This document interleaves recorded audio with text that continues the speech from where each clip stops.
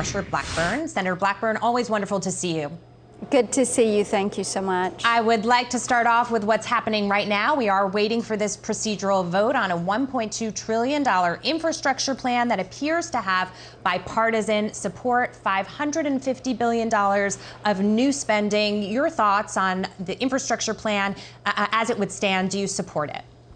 I applaud my colleagues who have worked hard on it. We have not yet seen the text of this bill.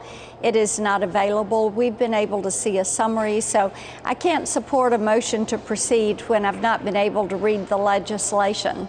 Okay, fair enough.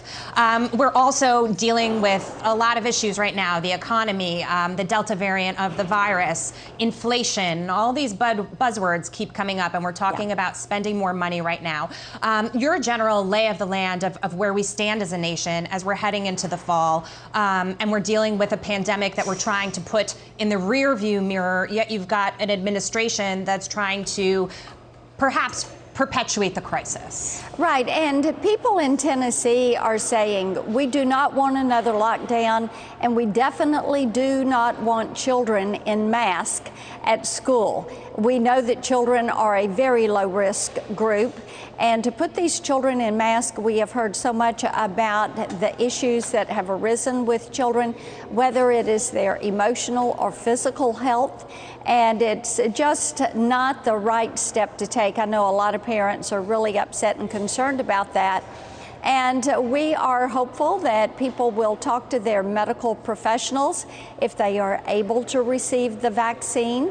We are hopeful that people will do that. I think President Trump deserves a tremendous amount of credit for having brought forward Operation Warp Speed that got a vaccine to the marketplace and shots in people's arms in 9 months, as opposed to it taking 2 or 3 years. It was incredible, and we do hope that more people take advantage of the tools that are right there in front of them as we battle this as a nation together. I do want to switch gears while I have you, though, and talk about something else plaguing the nation at the moment: rising crime. After a spree of fatal shootings in Seattle, the mayor, looking to rebolster the city's police department, ravaged by officers leaving that department after the city council threatens to cut the department by half. And now the mayor says that it's no wonder that cops turned in their badges. Listen to this.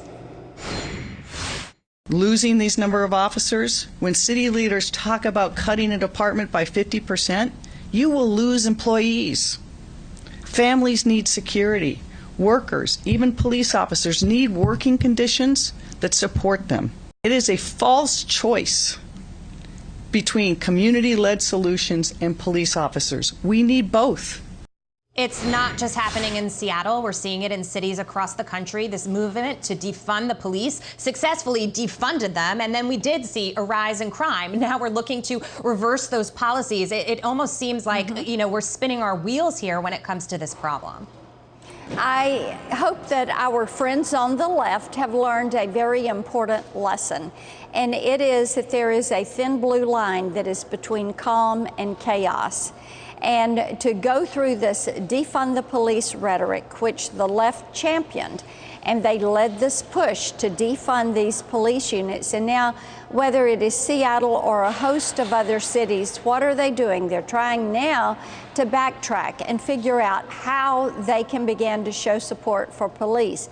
But whether it's in New York or Seattle or many other of these blue cities, Chicago, what they have done is to basically say it is more important for other priorities than it is to support those police officers that are out there every single day trying to keep the cities calm. And you're seeing crime escalate because criminals have figured out in these cities that they don't get stopped, whether it's the crime of shoplifting or petty theft or carjackings, all of these things that are up. Criminals feel emboldened, and this is something that the left needs to say. This was a mistake. We support law and order. We support our police. We support bringing back calm to these communities. Yes, let's hope they do, because people are really suffering. You know, all Very we want much so. in this country is to, you know, go out to work, make a good wage, be able to put food on the table, and know that we live in safe communities. Yet in the last second that we have left here, Senator, people are really scared at this point, and our quality of life is suffering as a result with everything else that's happening around us. Yes, security in our communities, freedom and opportunity for today and tomorrow's generations, that is the focus for people. And I think if you were talking to suburban moms right now, they would say freedom of speech, freedom of choice for my family, opportunities, hope for better days, secure communities. Those are the things that are at the top of the list. Absolutely. Thank you so much, Senator Marsha Thank you. Blackburn. Always great to have you on the show.